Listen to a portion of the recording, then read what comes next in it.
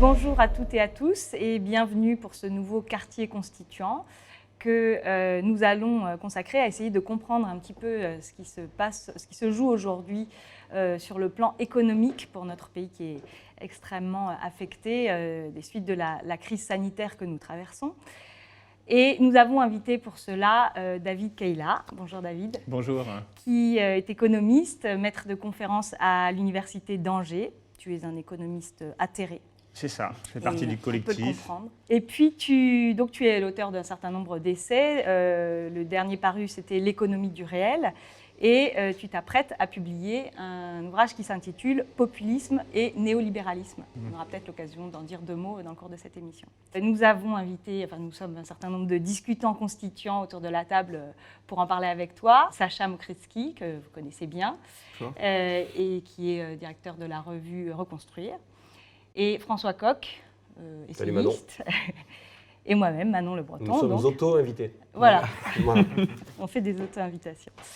Voilà, donc on va s'interroger un petit peu pour savoir si la crise sanitaire donne lieu à ce qu'on appelle une stratégie du choc sur le plan économique de la part du gouvernement et du néolibéralisme en général, ou si on peut encore espérer une bifurcation économique. Et c'est vrai qu'on est encore aujourd'hui, on n'a pas encore fini de constater les effets de la première vague qui ont été terribles sur le plan économique, que ce qu'on peut, après de grands discours sur le monde d'après, la fraternité, la solidarité par nos gouvernants, on voit bien que les réponses qu'ils proposent aujourd'hui sont quand même dans le droit fil de ce qui se faisait auparavant et que rien ne semble devoir changer si on se fie à leur plan d'action. Et aujourd'hui, on entre dans ce que beaucoup s'accordent à appeler quand même une deuxième vague de l'épidémie, qui risque de faire à nouveau payer un très lourd tribut aux salariés en particulier.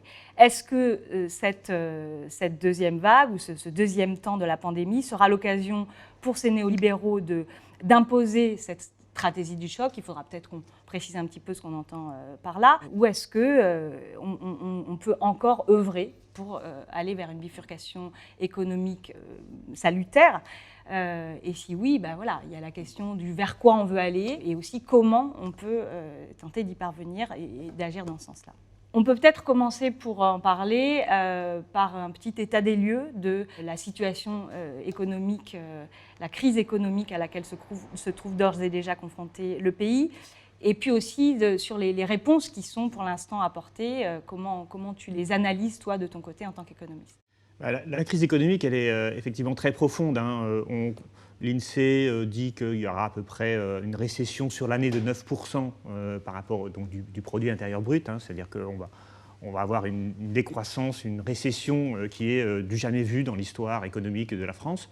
En plus, qui ne touche pas que la France, parce que tous les pays européens, tous les pays du monde, d'après ce que j'ai compris, il n'y a que la Chine qui va peut-être subsister, qui va avoir une croissance, mais partout ailleurs, ça sera une récession très forte. Donc récession qui veut dire moins de production. Moins de production implique moins d'emplois. Donc on va avoir le chômage qui va exploser en France et dans tous les autres pays.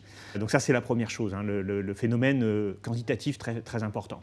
Alors, cette récession, elle est due quand même au confinement, c'est-à-dire à l'arrêt, à l'interdiction faite à des entreprises de travailler, de produire, alors, moi, je ne suis pas épidémiologiste, mais je pense qu'effectivement, dans la situation dans laquelle on était en mars, fait qu'on n'avait pas vraiment le choix. D'ailleurs, tous les pays ont à peu près fait pareil, la Chine le premier. Donc, pour éviter l'effondrement des hôpitaux, pour éviter de laisser les gens mourir dans la rue.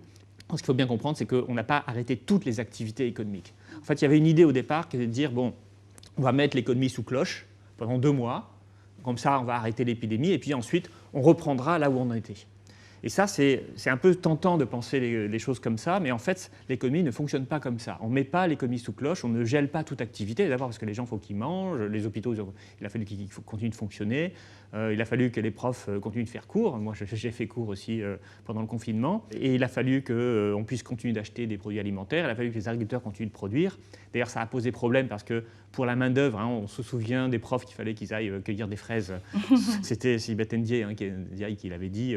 En en pensant que les profs étaient en vacances alors qu'on était en train de galérer pour faire nos courses, donc c'était évidemment très insultant pour nous. Mais ça montrait aussi le problème de l'agriculture, c'est que quand il n'y a plus de main-d'œuvre étrangère qui vient, l'agriculture dysfonctionne aussi. Hein. Donc toute la mondialisation s'est arrêtée. Il a fallu bien sûr qu'on produise des médicaments, qu'on produise des masques, et là aussi on s'est retrouvé avec des problèmes techniques parce qu'on n'a plus d'industrie, ou en tout cas une industrie très faible qui ne parvenait pas à produire tout cela. Hein. Donc la chimie pour les tests, les masques. Donc on a eu vraiment un choc économique, mais qui a été, c'est ça que je veux dire, c'est qui a été asymétrique. C'est-à-dire qu'il n'a pas touché de la même façon tous les secteurs de l'économie. Il y a des secteurs économiques qui ont profité du confinement, hein, notamment les grandes surfaces par exemple, ou le commerce en ligne. Il y a des gens qui ont continué de toucher des revenus d'activité sans faire grand-chose. Par exemple, ceux qui sont propriétaires de locaux commerciaux ou industriels, qui ont continué de toucher des loyers, par exemple pour un commerce, alors que le commerce, lui, était fermé. Et donc, tout le monde n'a pas perdu pareil, il y a même des gens qui ont gagné dans la crise. Et en fait, qu'est-ce que c'est qu'une crise économique ? Au fond, c'est un dérèglement du système.